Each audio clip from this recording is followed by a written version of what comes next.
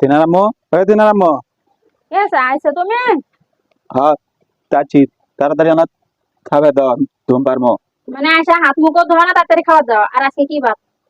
আজকে তিবার আজকে বার খেয়াল নাই তোমার? আমার মাথা ধরিচ্ছে আমার মনে নাই খাবার দাও আমি ছুটমো গোসল করে আগে নামাজে যাও। আর শুক্রবার তোমার তো খেয়াল থাকে না। নামাজ তোর মনে আজকে নামাজ পড়বা না, আজ ভাতও নাই। তাড়াতাড়ি গোসল করো, কইরা নামাজ পড়া তারপর খায় দা ঘুম পারবা।